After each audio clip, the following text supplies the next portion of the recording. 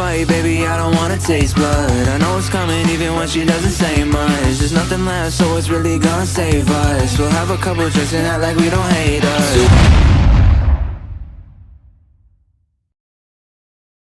Welcome back to The Full Perspective. Season 2. First guest on Season 2. We are joined today by Robbie Holyoke. Robbie, thanks for coming on. Thanks for having me, guys. W. Happy to be here. Childhood friend of ours that, you know, when we got older, just Robbie kept going this way and we were just like going this way. But Robbie played hockey at Assumption College, and then we were just talking off air, played some hockey after that. And what was the league called? SPHL. SPHL. Yep. And we'll get into it. But I think what would help me and Dretta and you is just start, like, you know, the classic cliche question of, like, tell me about yourself. Yeah. But, like, tell me about yourself and then, like, throw it in, like, a timeline, Okay. I guess, from, like, wherever you want to start it till, like, and you can go back to when we, faced off, like, Pembroke versus Bruins hockey. Yeah. You know what I'm saying? Like, That's funny. I was actually gonna talk about that. Yeah. But no, I would say, like, probably from, like, 8th grade. Like, that was probably the last time, like, we all kind of hung out, because I went to Coyle. You were at Middleborough still, and then you went to Archie's, and you were at Middleborough. It was just different paths. Yeah. And it happens, but, then you get something like this, and then you're back to just, we're just you pick up where you left off. Talking off air, we just picked right back up like it was nothing. Oh yeah. But no, went to Coyle, did my stuff there, played juniors for the Kings after that. I was telling Dretta, I was like pretty much on the verge of like just going to play club hockey. I was like, maybe I can't play college, like D1, D2, D3, so I'll just play club. And then I told him, like, Assumption called me one day. I was like, okay, committed there. Did my 4 years there. COVID and everything kind of messed things up. But then, signed in the SP last year. That was an adventure. It's a zoo out there. It's so different. It's like you're getting paid $200 a week. You're living with guys like you've never even thought you would play with. Like, I had guys that played with like Matt Barzell and stuff, and then like I played D2 college hockey. Like, it's so different. You played on the same team as Maddie? He played against him in the WHL. So like the Canadian Junior League. Yeah. But like I just said, like, we had guys from like the OHL, like former draft picks, and then I'm just like, I'm a D2 guy from like Middleborough, Mass. I'm like, what's up? Like, I was the only Massachusetts guy there, so that was a little weird. But yeah, like, it's just our own paths and shit happens, but then we're back to it like it's nothing. Kind of took off from everybody else was when I went to Coyle. Like, I did it for hockey. Like, it wasn't like I wanted to get out of Middleborough. And then even after my freshman year, I was like, damn. I was like, that summer going into my sophomore year at Coyle, I was like, I'm going back to Middleborough. I was like, I was going to come back. I was just going to play full season, like, select hockey. I was like, so for it.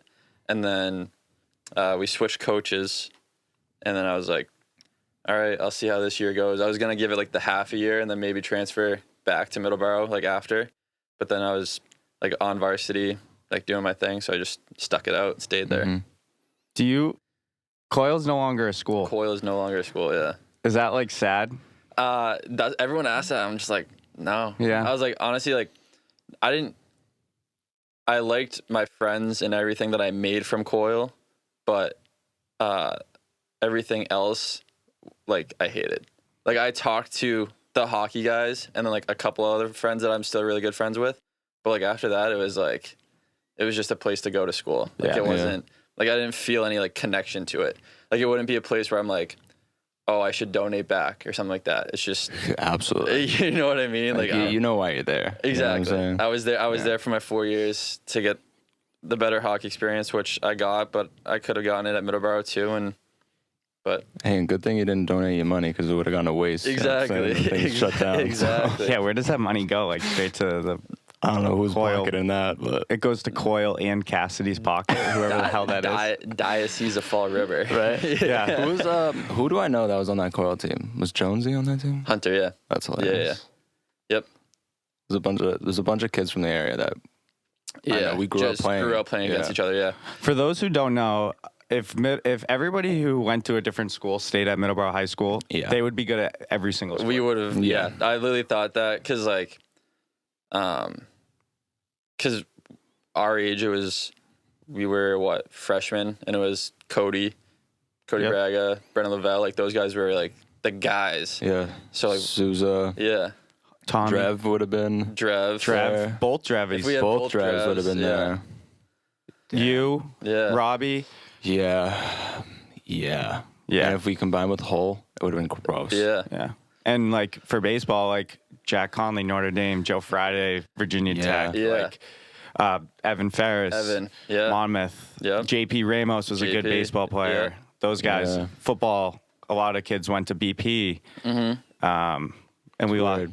Yeah. It's definitely weird to think about. Yeah. The what if. It's like a 30 for 30, dude. I know. What could have been. Middleborough, Mass. Just 30 for 30. That'd be hilarious. 30 for 30, the possible dream team. Yeah. I know, that's crazy, because we had, dude, our age, like I was talking about it, I was telling you guys, I've been living out in Illinois. I was talking to my older brother about it, and I was like, the kids like around our age group, like we had some studs. Like going to like the Little League field used to be like the spot to go, and you just like it was like games after games. You just saw like legit kids playing. Dude, that 4-year bracket of those like our freshmen and seniors was crazy. Yeah. And you guys, your freshman year, you guys won state, and then our senior year, you guys won state. That's a Little League shit. Yeah. It's crazy, like how the dynamic of Middleborough, and I just get a kick out of like actually like picturing it. Like Middleborough, Mass. Funny. It's like a big ass town. You could like you drive 10 minutes one way. You know, you have houses close to each other. You drive 10 minutes the other way. You have like a pig in the road. But everybody's good at sports. It's weird. Like it's just athletes that come from Middleborough that you don't even know about. Right. That you don't even like think about. I love it. You know, but. The thing that caught my attention when you were telling that story is you thought about playing club hockey. Yeah. And then Assumption came in. Can you sort of talk about that and how that dynamic was? Because when you said it, it sounded like it was just kind of like lucky almost that they just like called you. Like, what was that like? So I was pretty much set up to go to Stonehill. I was like, there's no like commitment because D2 hockey, you get no money. So, like, there's no scholarship money or anything like that. It's all just, like, you're going to play hockey. That's kind of... Yep. So, there was no commitment to Stonehill, but I was definitely going to go there. Shit happens. Didn't work out. So, I was like... I talked to my juniors coach. I was like, hey, like, Stonehill's not happening, so I don't know what I'm going to do. This is my second year, and I did not want to age out. I was like... So, you get until you're 21, and I was 20. And I was like, I'm not doing it a third year. Like, I want to go to school. Third year of what? Juniors. Okay. So I did my first year right after high school, and I was like, all right, I'll do one more. Kind of whatever. Did my second year. I was like, I'm not doing a third. I'm done. Was going to go to Stonehill. Didn't happen. So I was like, all right, just looked at club hockey options. Because like I didn't really, not that I didn't have looks from schools, but like I didn't love any of them. And then we were in Marlboro. Freaking 12 rinks there.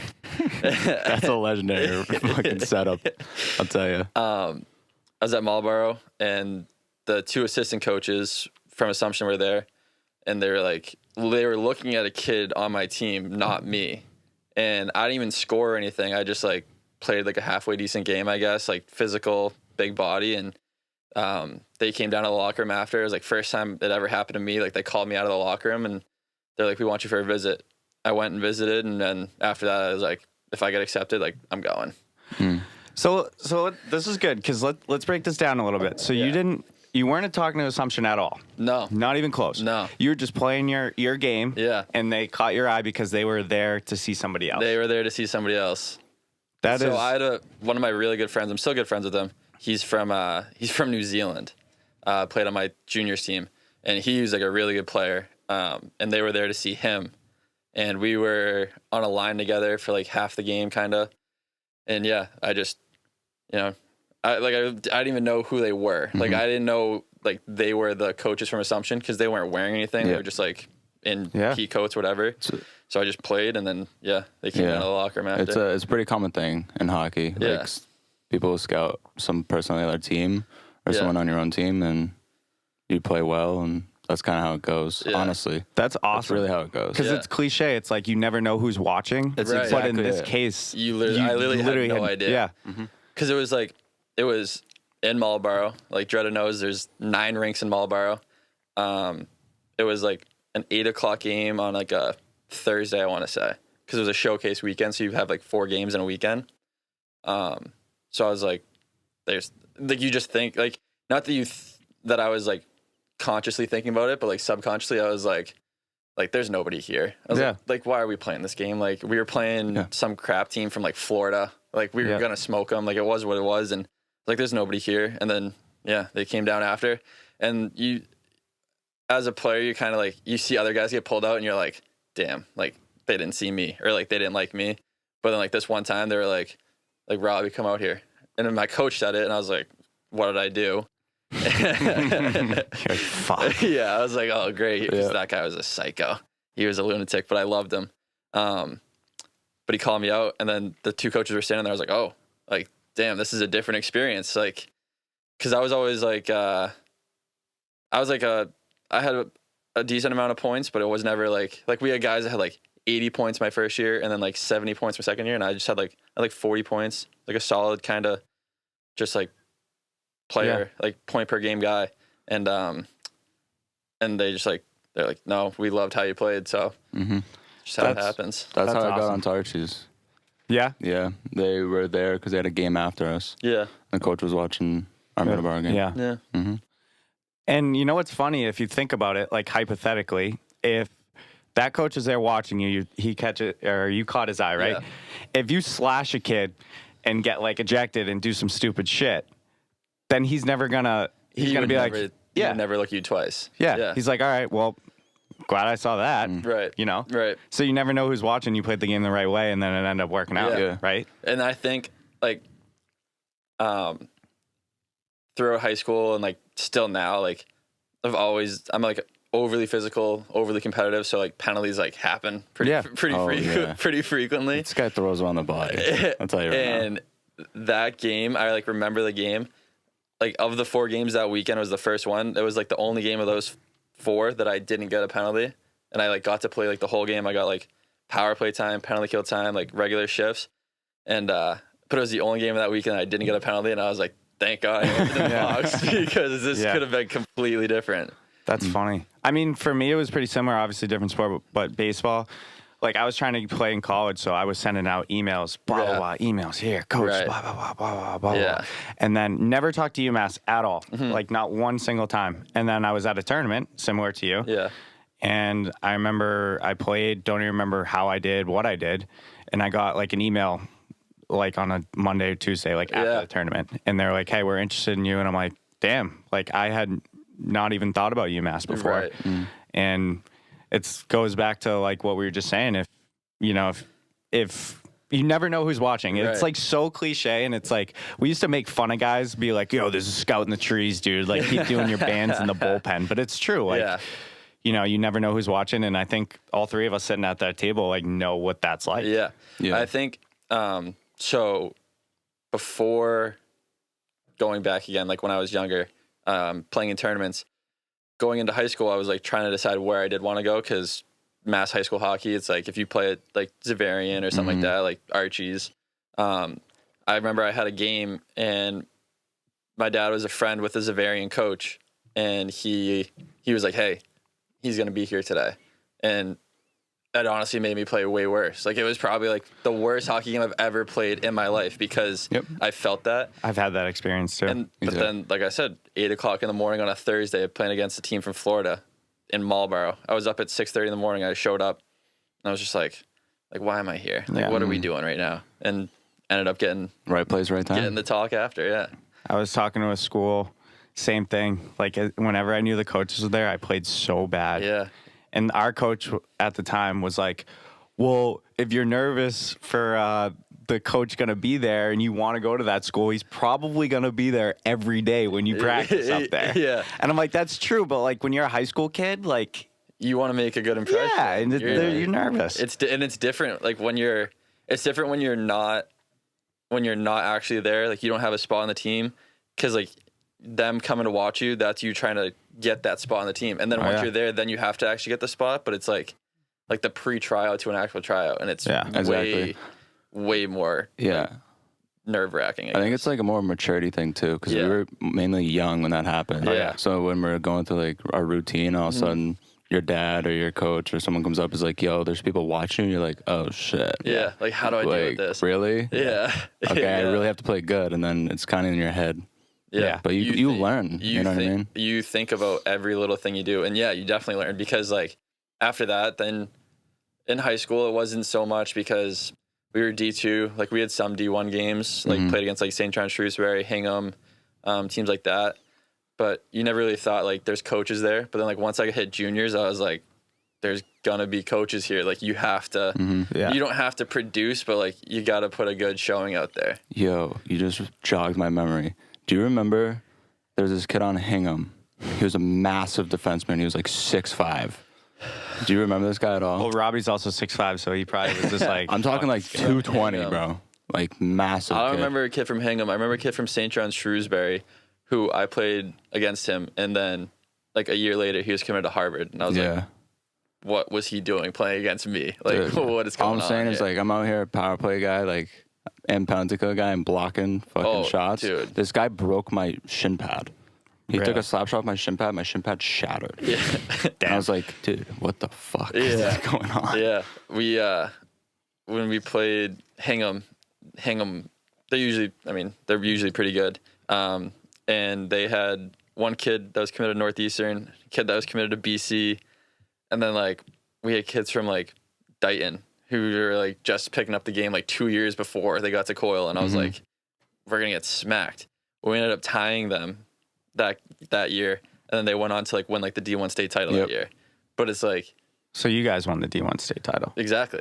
through the transitive property. Yeah, that's it. That's all it comes down to. I like exactly.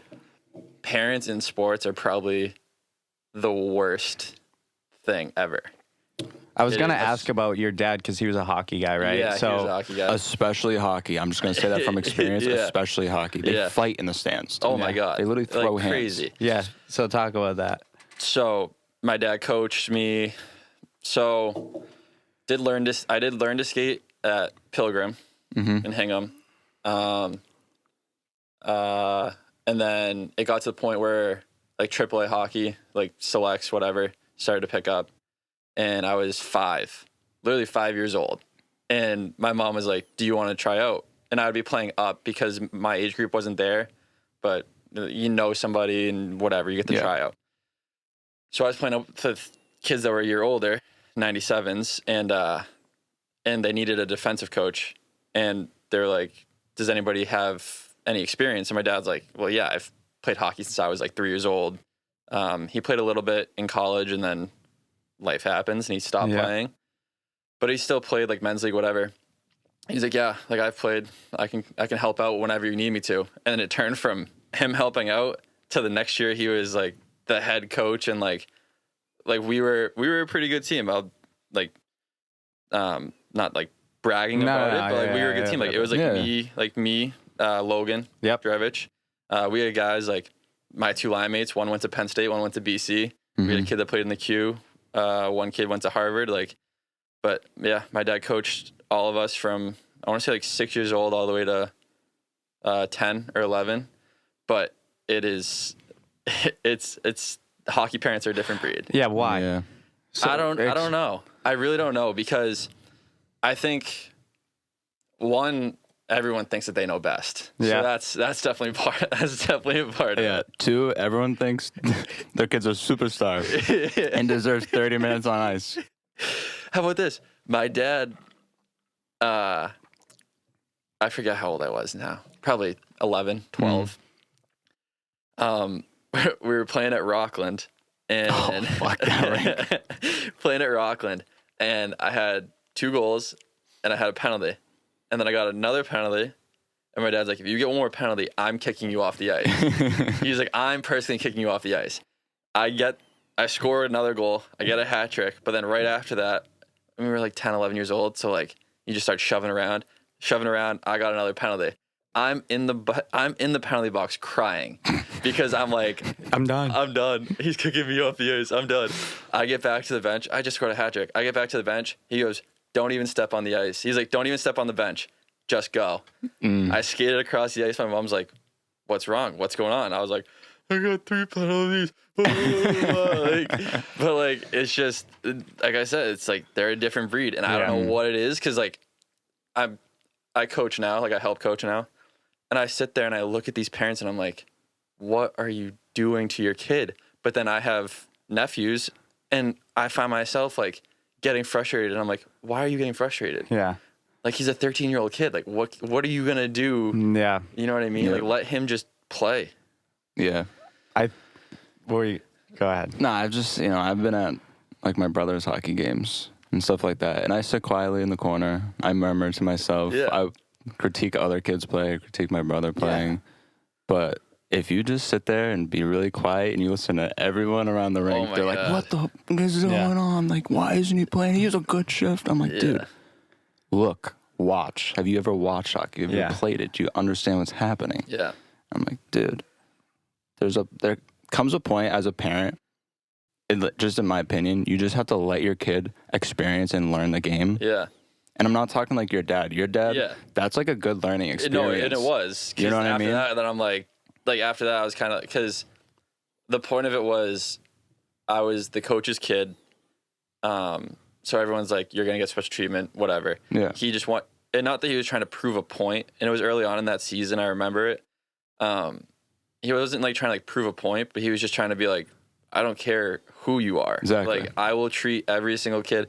And I think that kind of helped the parents around that team, and parents in general just kind of realize like, damn, he does not care. Yeah. Like he will do whatever he wants to do. Yeah. As a parent in the stands, your main objective is just to support the players on the ice. Yeah. And just don't be screaming. You want to scream at a ref? Go ahead. Yeah. I don't care. You want to get kicked out of the game? Go ahead. But don't just start doing the stupid shit why isn't he playing what this guy's getting, especially like worst. That doesn't help anyone, and it just puts way more pressure on your kid. 100%. I'm sure you had it in baseball. Well, that's the thing was like in high school and like middle school and stuff, you can do that. You can get away with the parents being pissed off your kid's not playing and like go and talk to the coach and like middle school, especially when the kids are younger. Yeah. The coach will probably accommodate in some way to the parent's request. Yeah. But if you think your kid's good enough to play in college and he does play in college and you're still the same way you were when he was a kid and you go up to the coach is not going to listen to you whatsoever. He does not care. He does not give a fuck about your opinion. He does not care. Like, no disrespect to any parents out there with kids playing college, but at the higher level, that's his job. Yeah. Like, if he doesn't perform well, he's getting fired. Yeah. Mm-hmm. He doesn't care what your opinion is. No. Not you know? all. He's gonna do one, what's best for the team, and two, what's best for him and his job. He's gonna do whatever it takes, and it doesn't matter. He doesn't care. No. There can't be feelings in it. No, and if anything, it's going to hurt your son's reputation with the coach because at the end of the day, coaches are human. Yeah. So if he's like, oh, this kid's parents are so annoying, and then he does something during practice, he's going to probably react because guess what? Now there's a spotlight on you. Yeah. Like, oh, your parents want to tell you that you should play more? Guess what? I remember that in my head, and in practice, when you mess up, I'm on your ass. Yeah. Like, I'm on your ass. Yeah, you're just saying, like, that's why you don't play. Right Yeah, there. exactly. I've seen it happen. Look at the tape, bro. Me too. Parents, Yeah. I vow to this day to never be. I was like, Yeah. so I was at a skate for my nephew the other day, and there was it was a skill skate, and it's like, whatever. And there was a dad banging on the glass, like yelling at his kid. He's like, you need to skate harder. And I like looked down at the guy and I was like, dude, they're 6 years old. Like, what are we doing right now? They are 6 years old. Yeah. Be the parent to tell your kid that after the game and then go to the rink and work with him. Yeah. Like on your own time. Right. Don't be yelling at the kid during practice. Right. Come home and shoot pucks in the driveway with them. Yeah. Do something productive. Yeah, yelling is so counterproductive, It's especially just going to make the kid hate the game. Yeah. I brought it up in a previous podcast, but it just rings true. The coach at UMass right now for basketball was the head coach at one point for South Carolina University. And his kids played basketball growing up, and they would like come home and like talk to him about the game. And he's like, and he knows more than their middle school basketball coach, right? And he's like, don't talk to me, talk to the coach. Yeah. Yep. I don't just talk to the coach. Yeah. You know, I don't want to get involved. You know what? I just realized, because you're talking about how you kind of gained the experience from your dad being your coach, and I know you have a pretty big family. Yeah. Did you ever gain any experience from your older siblings? Yeah. So my oldest brother coached me. He and my dad were my coach at one point. I played for the Terriers in Canton. And he lived in Southie, so it was kind of like an easier drive than drive down to Bridgewater. Yep. So he helped coach. And yeah, I would say he was probably, like, after my dad, he was probably like the next biggest influence that like I've had in like general, like life, hockey, whatever. Mm-hmm. And that was kind of like another reason why I went to Coyle, because he went to Coyle. So I was kind of like, that's who I want to be like. Yeah. Like ever since I was probably like 5th grade, I was like, that's who I want to be like. So that's why I went to Coyle. But he is like the parent that we're talking about we want to be. He is like, dude, if you want to play, like play. If you don't want to play, don't play. Mm-hmm. Yeah. Like, and he, like, there are so many parents.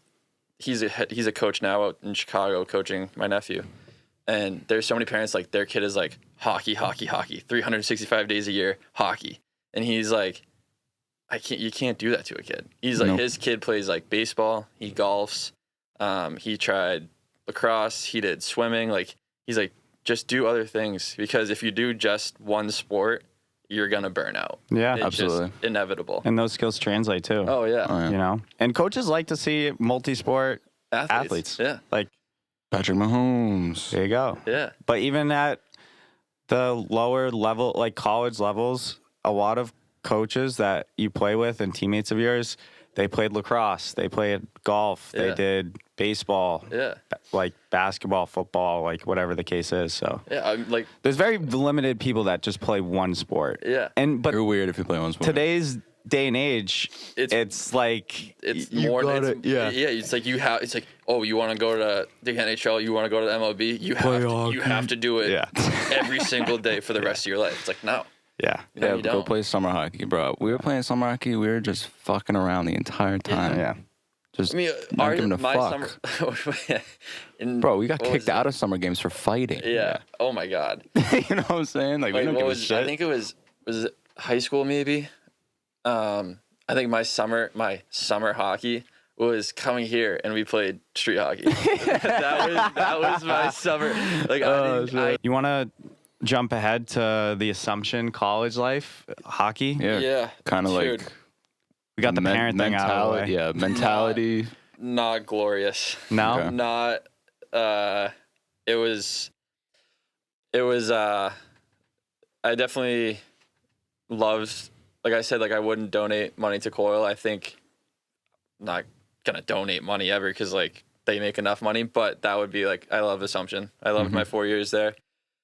The hockey, I would definitely. It would be something like I would go back and help coach, like if like needed, because like I liked the school.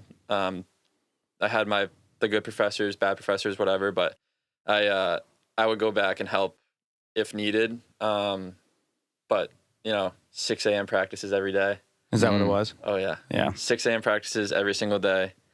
My first 2 years we were at a state rink, so like not the best facilities. And then my last 2 we switched over to, there's like a brand new rink in Worcester. It's a nice setup. We were there, but still 6 a.m. practices every single day. We were playing in the semifinals my sophomore year, and we didn't have a practice the day before the game because they rented out the ice for public skate. God. And then we ended up losing in overtime. Not like because of that, but like, it's kind of the mentality of like, we didn't feel like we were prepared because we didn't get to practice. Yeah. Mm-hmm. But NE10, small conference, there's 7 teams. Stonehill just left, so probably 6 teams now. But small conference, and it was like, I wouldn't say, we played D3 teams, and we usually did pretty well, like a lot of MassCAC teams. We played Norwich, who's like usually top of D3, and we lost 2-1. But I mean, if you're playing hockey in college, like you've done something right to get there, so you kind of deserve to be there. And any spot you go isn't a bad spot, really. Yeah. 'Cause 100%. you wanted to get to college sport. You wanted to play college hockey, so you got there. And then once you're there, it's kind of like not everybody's moving on after. Like the cone, like the funnel gets smaller. Mm-hmm. Oh yeah. So it's like big pond, smaller pond, and then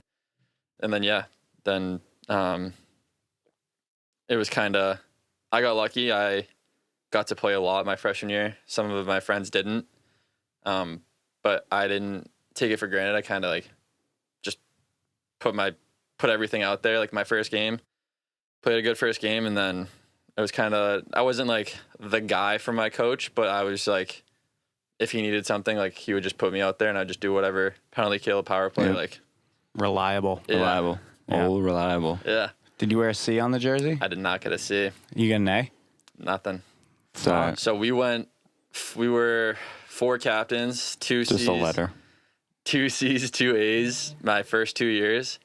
And then going into my junior year, I was like, we didn't have a lot of seniors. I think we had like 4 seniors. And like 2 of them really didn't play. They were just like really good locker room guys. So I knew they weren't going to get anything. So I was like, You were expecting I'm it. expecting it. Yeah. And then he does like every like summer does like the call, and he called me and he was like, hey, we did a team vote. He was like, he beat you about like 3. He's like, I don't want you to read too much into it, blah, blah, blah. And it sucked because I was like, not that I was like, I should be, but I wanted to be, because like I wanted to have that responsibility of like, you're a leader. And like, I still felt like I was a leader, but I didn't have the letter. So it's kind of like yeah, you're a leader, but like you're not. Like you still have to listen to the captains. And I was fine. We had 1 C and 1 A, 1 captain, 1 assistant captain. That was it for my junior and senior year. Mm. I was like, how does that make sense? And the coach said, he was like, just too many chefs in the kitchen doesn't make for good camaraderie or something like that. Some cliche, whatever. I was like, dude, you know what? Whatever. I don't care. And then, I just did my thing. I just played. So Just did a it letter, bother bro. you? Oh yeah. It did. Oh yeah. It bothered me. I would say it bothered me all the way through so we won it all this my senior year. So it was like a good way to go out. It bothered me all the way up until the championship, because championship game, we win, and your captains are the first ones to take the picture with the trophy, raise the trophy. And it was, I love my teammates. So like the guys that got it, like I voted for all 3 of them. So it wasn't like I didn't think that they deserved it. I just like, I wanted to be a part of it as well more. And when they took the picture, I was still like, damn. Yeah. It's like, that sucks. Yeah. But no, it sucked, and I dealt with it like the whole year, but I still tried to keep like the leadership mindset throughout the whole thing, because I was, like I said, from my first game, I was second line, power play, penalty kill. So like, I did have the responsibility on me. I just didn't have the letter. Damn. The vote? They went to a vote for that? We do it, same thing. Player vote, right? We do it, we do it every year. End of the year, we get like, our season usually ends like right before our spring break. So like, season ends, he gives us like spring break, like take that week off, and then that next week we're pretty much like right back into the grind for the next year. So we did you had to email them 3 people, and it like went as points, however you wanted to do it, like 3 for 1, 2 for 2, 1 for 3. You know what I mean? Like you get like 1 point or whatever. Bro, who'd you piss off, bro? That's what I'm saying. That's what I was like, and I wasn't like, I didn't like blame my teammates, because like I said before, like I got penalties. Yeah. Like I got penalties. So it was kind of like, I just was like chalked it up to that. And I was like, you know what? Not that I don't think that they look at me, like I don't think that they look at me less, but it's just like, damn, like I didn't get the votes. Like that sucks. Should have voted for yourself. I think we had like some guys that said that. They're like, oh, did you put yourself down? I was like, no. Why would I do that? That's like, what a leader does. Doesn't put himself down. I think that whether you realize it or not, good teams have leaders that don't have a letter on their jersey. Oh, yeah. And I wasn't obviously there. I don't know too much about it, but I'm assuming that you took that leadership role even though you didn't have a letter on it. But that's what separates the good teams and the bad teams, because a lot of teams have seniors, a lot of teams have juniors. There's only going to be 3 captains. Yeah. So what do the other juniors and seniors do? Are they going to bitch and moan about not having it? Or are they going to be like, okay, well, I've been here for 3-4 years. Yeah. Like, I don't have it on my jersey, but I can still be a leader. That's what happened to me. Yeah. I didn't get the letter at Archie's. I was there for 2 years. They told me just because you've been there for 2 years, they don't want to do it to the other guys. But, dude, I played fucking 40 minutes in the last game I ever played. Because it was a triple overtime. Right. I was on the ice the entire game. I didn't have a letter, but, like, that's a guy you look up to, right? Or at least I'd hope you look into, right? So, but we had is what it is. My freshman year, we had good seniors that kind of, we had a big class, had 13 kids in my class. So we were like the class to like not turn the page because we had won it in 2017. But we were going to be like the class that was going to like do it again, and we ended up doing it again. But my freshman year, the seniors we had a couple that like took us like right under their wings and like led and showed us like the way of like how you should do things.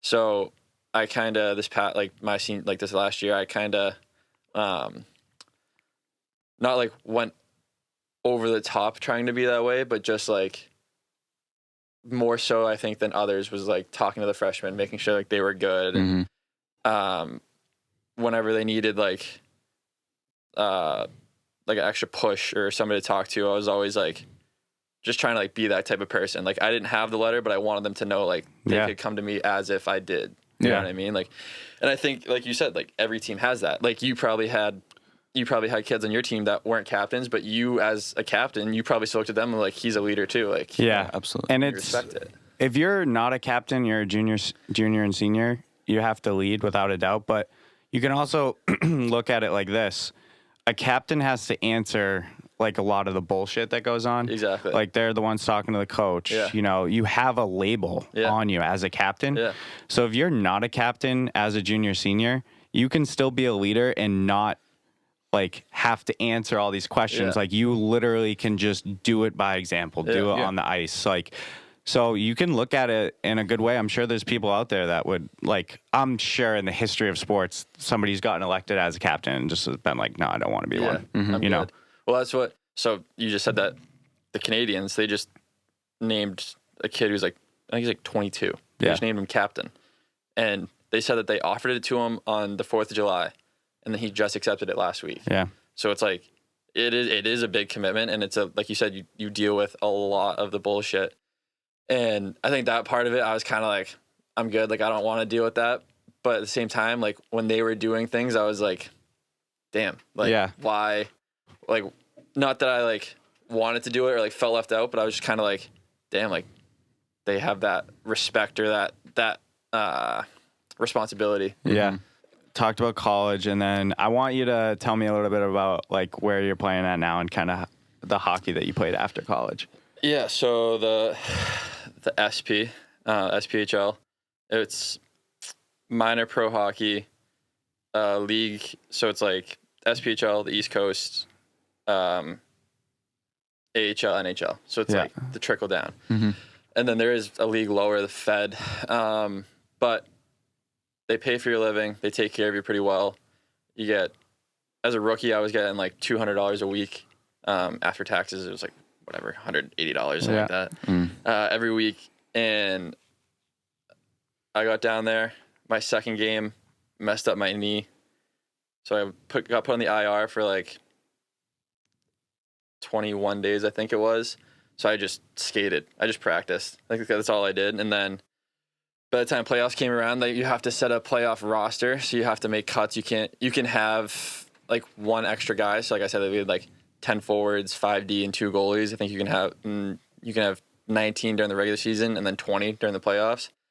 And I was the 20th guy to get kept on the roster, so I was pretty grateful for that. And then played 2 games in the playoffs, and like talking to like my mom about it. I was like, I loved every single second of it because I was getting paid to play a game that I loved. And, and it was fun for the 3 months that I was doing it, but it is a grind. Was the 3 months only 3 after Assumption? After Assumption. Okay. So Assumption, we ended, like whenever spring break usually is, like March, I think. Yeah. I don't really, like ended then. And then I went there straight. We won the championship on Saturday. I got in my car at 7:00 Sunday morning and I drove 16 hours to Illinois the next morning. And this was this summer? Or this was in March. March. Yeah. Okay. So then I was there from March all the way through till May. Yeah. We won that championship too. So had a pretty good ending there. But yeah, it was a grind. It was we had like 10 a.m. practices, but you were there at 8:00 in the morning because it's a job. You're getting paid to do it. So it was workout or skate, or workout or ride a bike before, do your practice. Then our coach, he's a pretty legit guy. He's like, you have skating conditioning, then you have bike conditioning, then you have your workout, and then you have to do some sort of mobility. And then he was like, he gave us like a book to read. We had to read a book every day.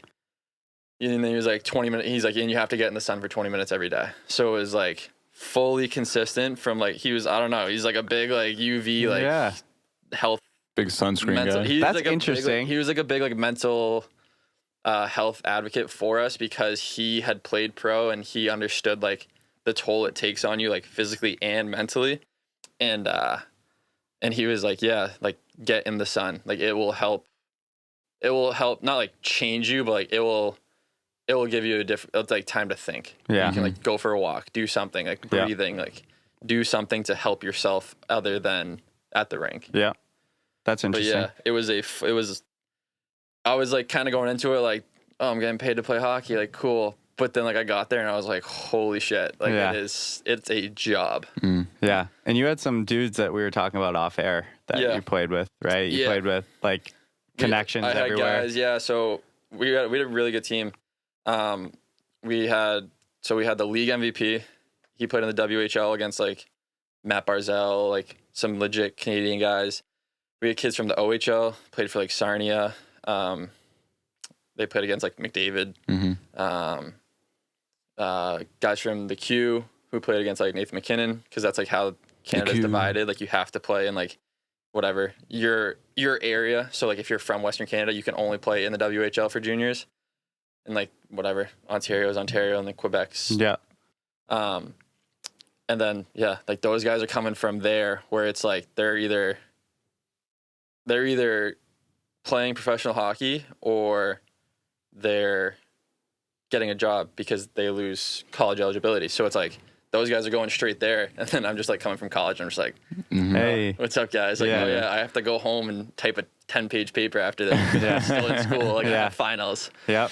And they're like, I haven't been to school since I was like 17, and they're like 24, 25. I'm like, dude, what is going on right now? That's the life, the hockey life. We had guys though, like, and like power to whoever, like whatever you want to do. Like we had guys that are like 35 years old, like 2 kids, and they're still just chasing the dream, playing the game that they want to play. Did you ever look at those guys and you're like, nah, I don't ever want to be like that? I literally am like, I'm like a year of this or 2 years of it, and then I'm like moving on. And then like I was telling you guys, like I don't even know if I'm gonna get the year. So it's like, you know what, you come to terms with it, and not that I'm like move on to like when I think of those guys, but it's just like that's what they want to do. Like they have the ability to do it, so like good for them. But like it's just not.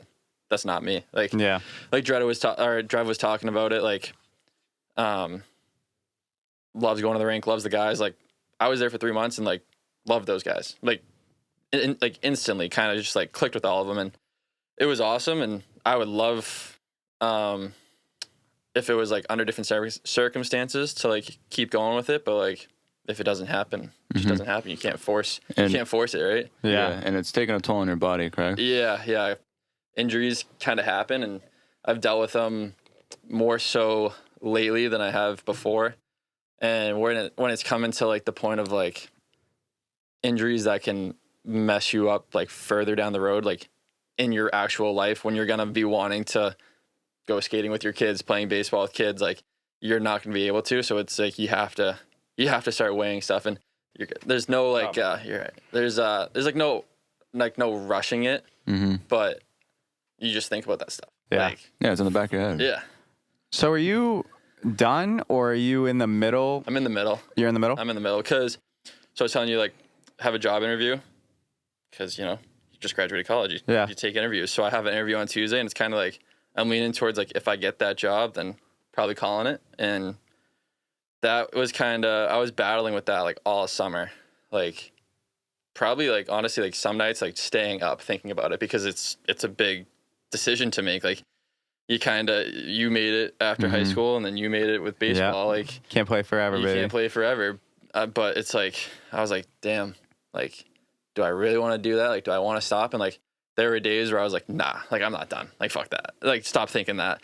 And then there are other days, and like, those days started to become more frequent where I was like, I'm not making $1 million. Yeah. And I was never doing it for money. Like, I didn't want to, like, I would have gone and played there and would have been like, don't pay me. Like, I don't care. Like, I just want to keep playing the game. And it's not about money. It's really just about the fact of like, it's supposed to be something that you have fun and you love to do.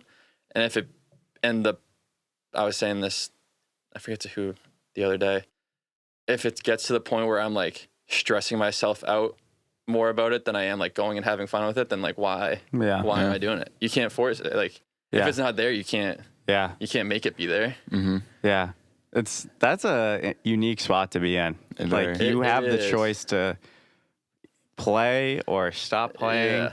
What's that? I know you talked about it, but like, as a whole, what is that like? Yeah, it's like you're at a fork in the road. And you're just waiting. And that's what I keep saying. Like, when I'm like, I go get drinks with my parents down at like a bar with like family friends around, and they're like asking me like, oh, big decisions, big. And I'm like, yeah, it is a big decision. You gotta remind me. Yeah, like I know it's a big decision, and I'm like, you know what, like, not that I'm like waiting for like an epiphany moment. Like, there's no one moment. Like I said, it's kind of like a thought process and going back and forth and weighing the pros and cons of it. And like, I had the 5th year eligibility to go back, like you did, and I signed the contract, so like I can't go back. So I don't regret playing it, like playing pro and signing that contract, because like, I kind of believe in like as dumb as it might sound, like, what's meant to be, it's gonna happen. You know what I mean? So like,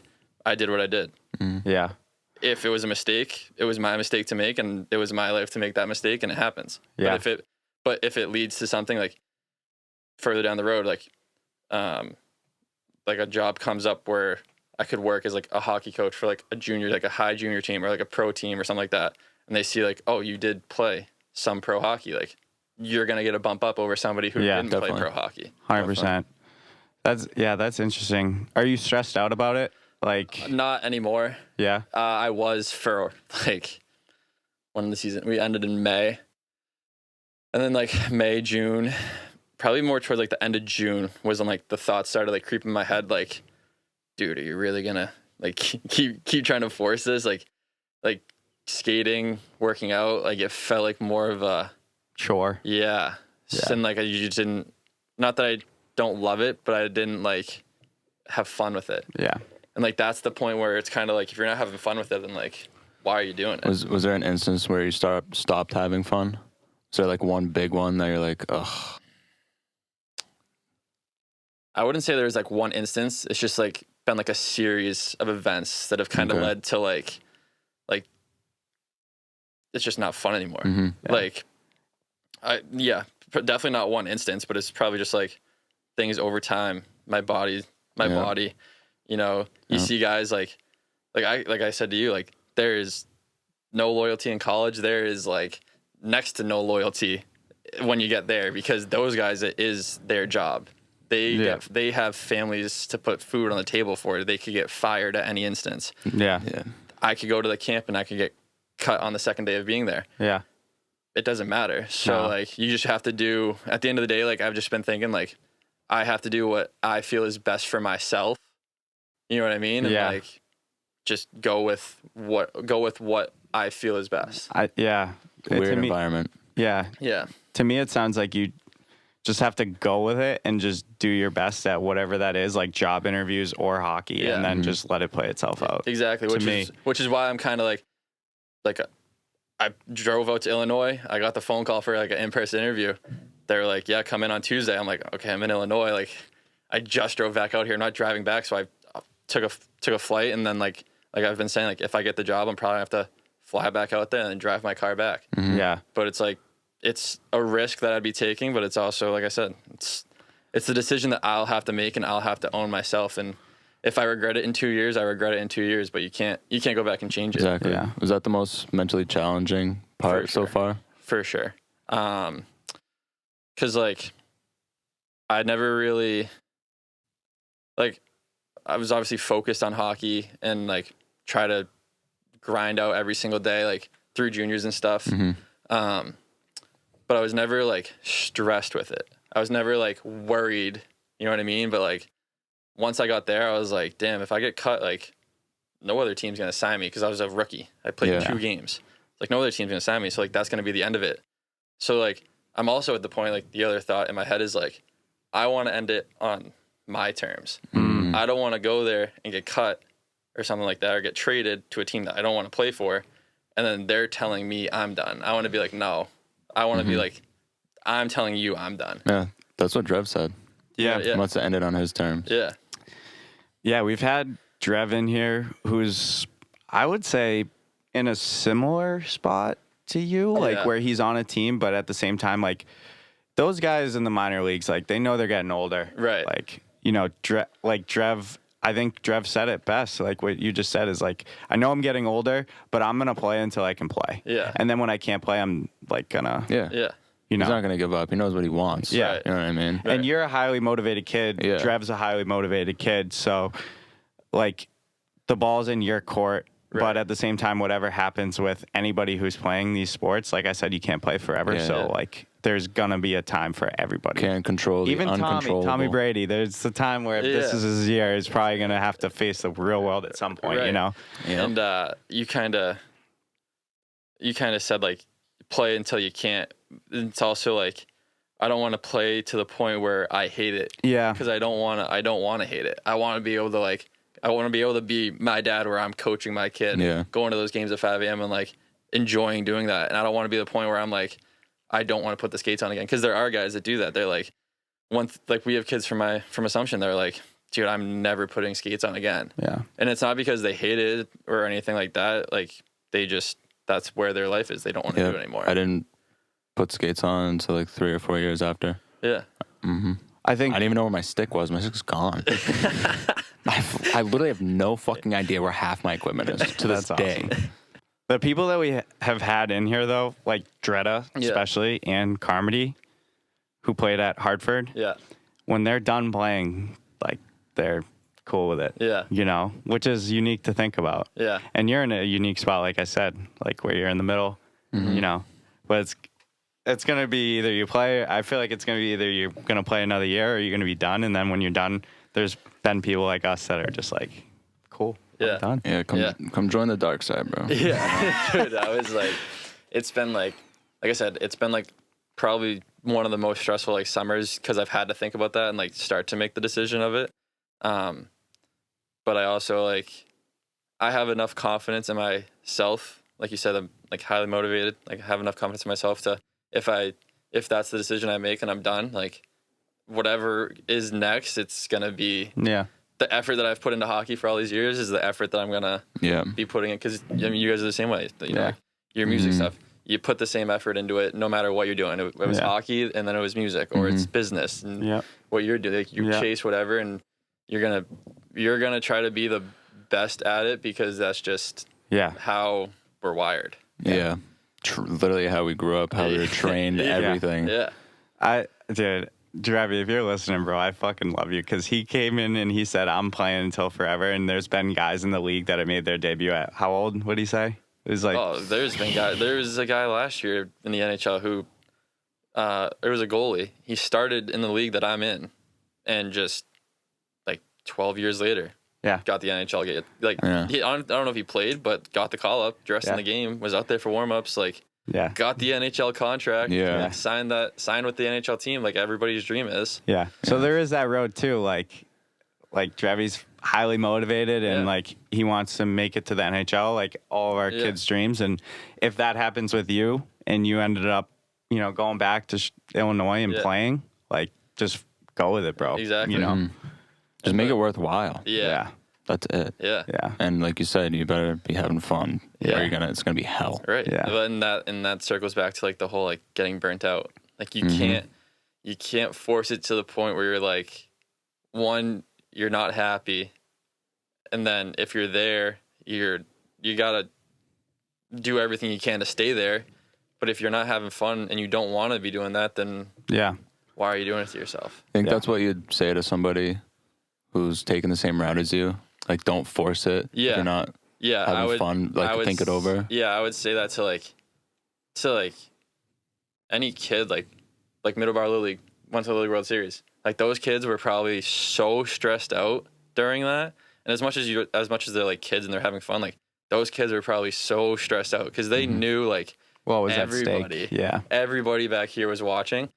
But you know, like you want us to look like they throw their gloves. I mean, we were the same way at 9, 10, 12 years old, whatever. But you want to like tell them like it's not worth it. Yeah. If you are not having fun and you don't love what you're doing, there's no reason to stress about it. Yeah. You said it, I think like the first or second episode about golfing now. Yeah. You were like, you hit a bad shot, but you're after it, you're like, who cares? Yeah. I only golf once a month. Why am I getting mad at this? Yeah. You know? Yeah. Like, but it translates to everything else. Yeah. You're not going to die. You're not going to get fired over it. You're not going to lose friends over it. You're not going to, you know what I mean? Like, shit's not that serious. Just go with the flow, baby. Yeah. Like, seriously. Yeah. And I think that's a microcosm of my baseball career was like when I just didn't care what happened. Like, I knew I was going to try my best, but if I went 0 for 3, I wasn't going to like dwell on it. Like, that's when I got mature on the field and started to like really play well, was like literally if I make an error, I don't care. Yeah. You know? And I think that's a microcosm for people in life. It's like, if you just put yourself in a good spot, you try your best, your road that you're on, whatever the case is, and just go with it and like, don't care, you know? Mm-hmm. Just I chased the dream in high school of playing junior hockey. I did it. I chased the dream in juniors of playing college. I did it. I chased the dream of playing pros after college. I'm not going to say like I did it. Like that was like the pinnacle, the peak, whatever you want to say. But like I got there. I played my games. Like I experienced it. I didn't shy away from it. I took it head on. I tried it. And, you know, like you just said, like if it happens, it happens. But if it doesn't. Can't dwell on it. Yeah. You can't sit there and be like, damn, I wish I played like the whole year and played for 10 years. Like, dude, whatever happens, happens. Yeah. You know? And you accomplished what you set out to do, too. Exactly. Yeah. Which I think that's better than, you know, if you go 0 for 3, right? Like, dude, you're fucking playing pro. Trying. Yeah. You know what I mean? Like, think about it like playing that. pro. Yeah. Yeah. It's like, I'm not playing this game. Like, bro, you're on the team. Yeah. You know what I mean? Think about it. You could look at it like either way. You could look at it as like, in 3 years, I could be like, damn, I wish I played longer. Or I could look at it in 3 years if I'm still playing and like say I got this job, right? But I decline it to keep playing, and then in 3 years I want it and it's not there anymore. Yeah. So you can look at it from like both perspectives. Both ways, yeah.